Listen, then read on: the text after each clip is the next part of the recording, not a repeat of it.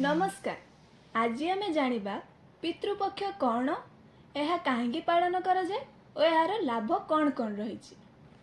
पितृपक्ष मुख्यतः पूर्वपुरुष माननकु सम्मान करिबा एवं सेमानकर शांति और मोक्ष सुनिश्चित करिबा पई करा जाइथाय। पितृपक्ष पालन करिबार मुख्य कारण पूर्वपुरुषଙ୍କ अर्थात पितृ मुक्ति एवं सुरक्षा। व्यक्ति मानक पई सेमानक पूर्वपुरुषଙ୍କ आत्मार शांति पई श्राद्ध करिबा अत्यंत लाभदायक बोली विवेचना करा जाइथाय।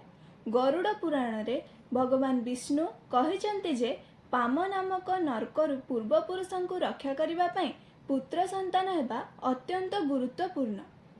ब्रह्मांक द्वारा सृष्टि होइतिबा एवं पितृ सहित परिचित पुष्पान नामरे परिचित देवता माननकु पूजा करिबा द्वारा पूर्वपुरुष माननकु भक्ति सहित पूजा करुथुवा लोकंक पई नरकर मुक्ति सुनिश्चित होइथाय। मृत आत्मा को मोक्ष पाइबा एवं श्राद्ध नैवेद्यपूर्ण हेबा पई काउ को खाद्य देबा अत्यंत जरूरी बोली विवेचना करा जाए। भगवान राम एक काउ को आशीर्वाद दे कहिथिले जे पर्यंत काउ पिंड अर्थात नैवेद्य किंबा श्राद्ध पई प्रस्तुत खाद्य स्पर्श न करे से पर्यंत जने मृत आत्मा मोक्ष पाइब नहीं। कर्तांक पई आशीर्वाद एवं समृद्धि प्राप्ति। श्राद्ध कर्म करिबा द्वारा धन ख्याति एवं पुत्र संतानर पथ खोली जाए बोली विश्वास करा जाए। पितृपक्ष रे विभिन्न दिन रे श्राद्ध करिबा सहित निर्दिष्ट लाभ जड़ित। प्रथम दिन अर्थात प्रतिपदा सुंदर स्त्री। द्वितीय दिन कन्या जन्म हेबार संभावना अधिक। तृतीय दिन घोड़ा पाइबा। चतुर्थ दिन छोट पशु प्राप्ति। पंचम दिन पुत्र जन्मर आशा। षष्ठ दिन सौंदर्य वृद्धि। सप्तम दिन भल कृषि उत्पादन। अष्टम दिन गुरुत्वपूर्ण व्यावसायिक लाभ। नवम दिन घरे रखा जाइतिबा घोड़ा किंबा खच्चर पई भल स्वास्थ्य। दशम दिन घरे रखा जाइतिबा गाई पई आराम। एकादश दिन पात्र एवं पोशाकर लाभ। द्वादश दिन सुना रूपा एवं धनर निरंतर लाभ। त्रयोदश दिन समाज रे महान सम्मान। शेष दिन अर्थात अमावास्या कर्तांकर समस्त इच्छा पूरण होइथाय। धार्मिक कर्तव्य एवं दिव्य आदेशर परिपूर्णता। सनातन धर्म रे पितामाता एवं पूर्वपुरुषଙ୍କ सेवा को उत्तम सर्वोत्तम पूजा बोली विवेचना करा जाए।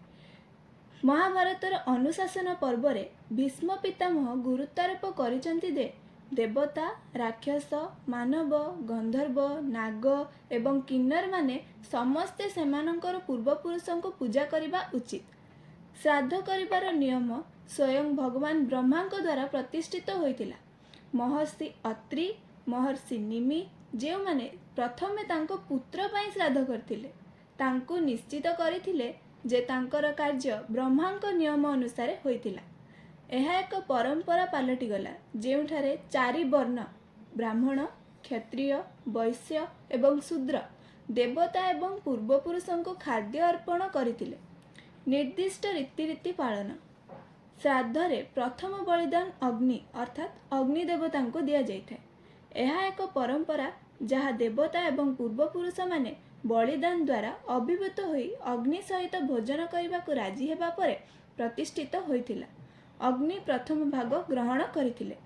सारांश रे पितृपक्ष को पूर्वपुरुषଙ୍କ प्रति ऋण स्वीकार करिबा सेमानकर आध्यात्मिक यात्रा को सहज करिबा एवं परिवर्ते जीवित मानक पई आशीर्वाद प्रार्थना करिबा समृद्धि एवं कल्याण सुनिश्चित करिबा पई एक पवित्र समय भाव पालन करा जाए। धन्यवाद।